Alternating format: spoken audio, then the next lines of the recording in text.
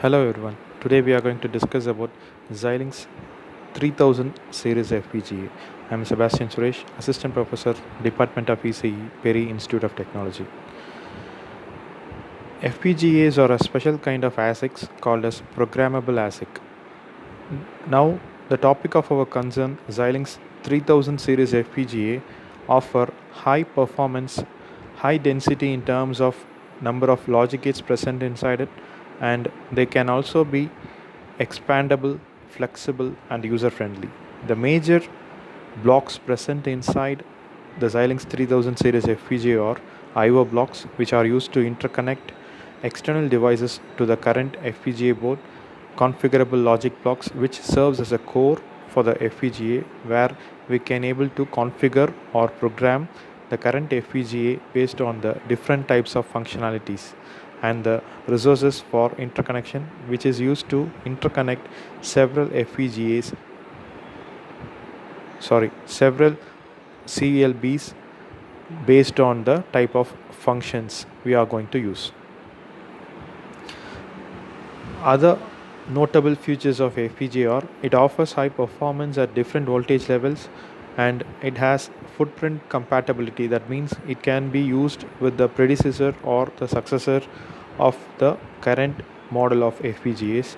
It consumes less power and it has a integrated software which can be installed in a PC so that it can be interfaced with it.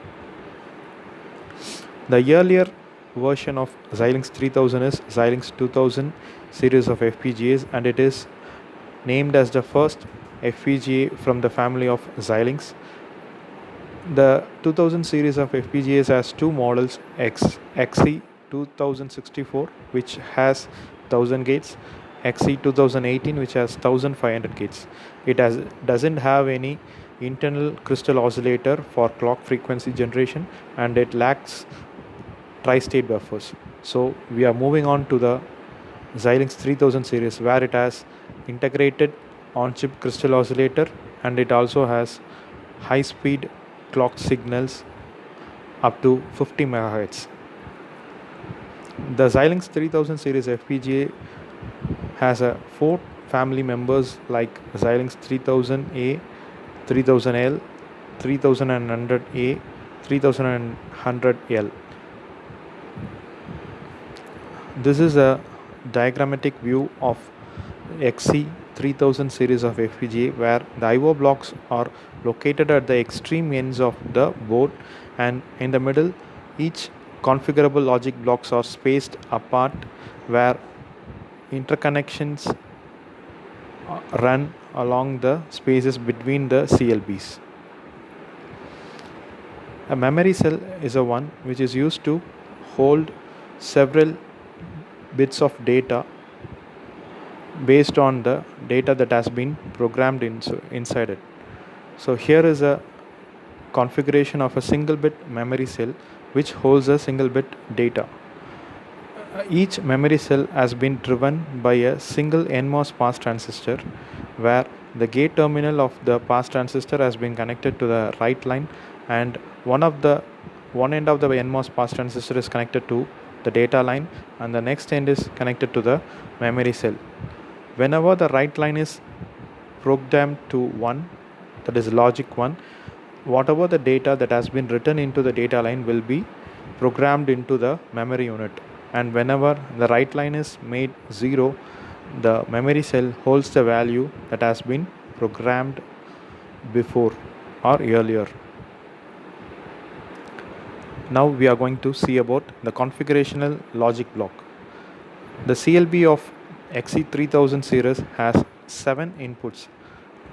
Of that, 5 are external inputs from A to E, and 2 are the flip-flop outputs which has been fed back to the configurational logic block, that is QX and QY.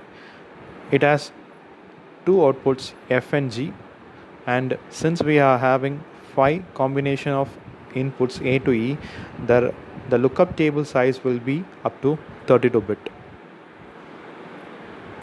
The possible uses of 7 input lines can be made available depends on the type of mode that the FPGA is operating on.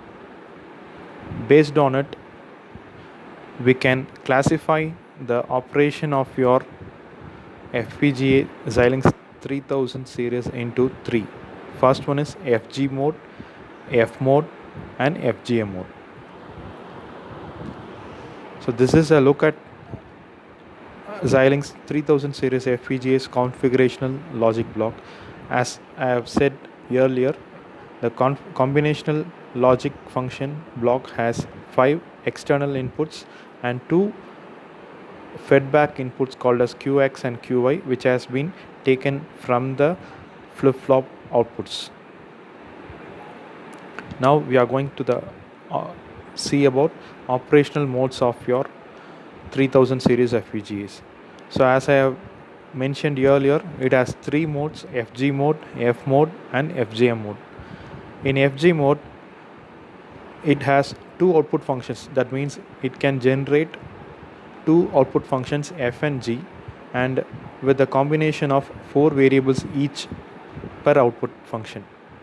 The first variable A will be common for both the functions, and the second and third variable will be chosen among 4 variables, that is B, C, QX, and QY. That is, either 2 of these 4 variables can be used as the second and third input.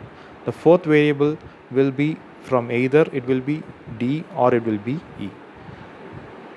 The second type of mode called as F mode, where it has only one output function called as F, and it has 5 input variables, namely A, D, E will be the first 3 inputs, and the remaining 2 inputs will be of any possible combinations from B, C, QX, and QY.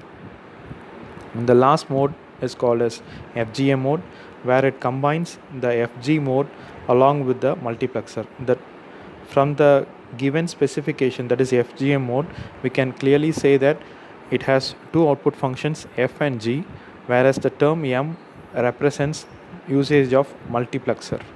That is, we can either receive output from F function, or it may be from a G function.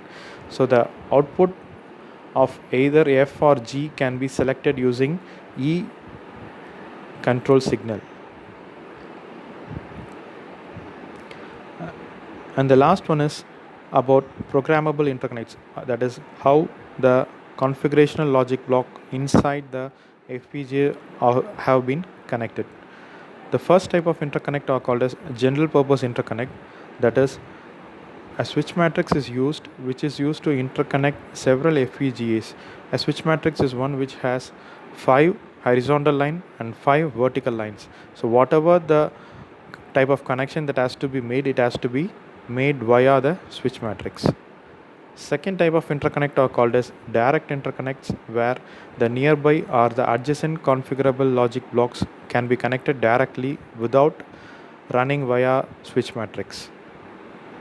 The main reason or the main advantage of this kind of interconnect is that it minimizes the time consumed by running via the switching matrix, and it also offers high performance. And the last type of interconnection is called as vertical and horizontal interconnection,